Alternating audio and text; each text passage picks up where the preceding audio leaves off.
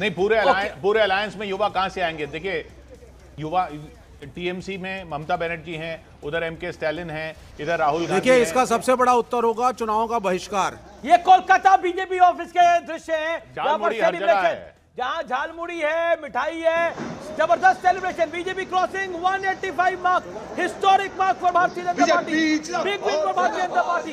185 BJP, 99 TMC. TMC को रोक किया भारतीय जनता पार्टी ने।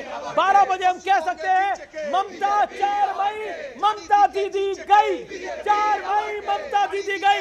अमित शाह, नरेंद्र मोदी की प्रचंड जीत बंगाल के अंदर, प्रचंड जीत बंगाल के अंदर। पॉलिटिक्स में अभी फिलहाल अगले 5 साल बाद करेंगे दादा। हाँ, ये दादा आप बोल सकते हैं, ये आप बोल सकते हैं। पॉलिटिक्स में खत्म ये शब्दों जीत बीजेपी के कामों पर, नरेंद्र मोदी के कामों पर एक बार फिर बंगाल की जनता मोहर लगा रही है। असम बंगाल में बीजेपी के कामों पर सेंट्रल गवर्नमेंट पे मोहर लगा रही है और इंडिया अलायंस को पूरी तरह से रिजेक्ट कर दिया। जफर इस्लाम हमारे साथ जुड़ रहे हैं। जफर साहब, झालमुड़ी हर जगह छाई हुई है। देखिए, पूरे देश में आज हर तरफ भारतीय जनता पार्टी या तो प्रचंड बहुमत से जीत रही है या बहुत अच्छे स्थिति में है।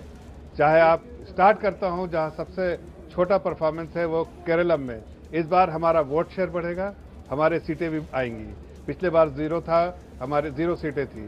तमिलनाडु में आप देख रहे हैं परफॉर्मेंस दिख रहा है जो एनडीए का, वो बहुत ही अच्छा है। जो वहां पर रूलिंग पार्टी जिसके बारे में सबने ये क्यास लगाई थी कि वो फिर से वापस आएंगे और प्रचंड बहुमत से आएंगे, वो फिसड्डी होकर तीसरे स्थान पे। स्टालिन मुख्यमंत्री खत्म, ये केरला में मुख्यमंत्री हार गए।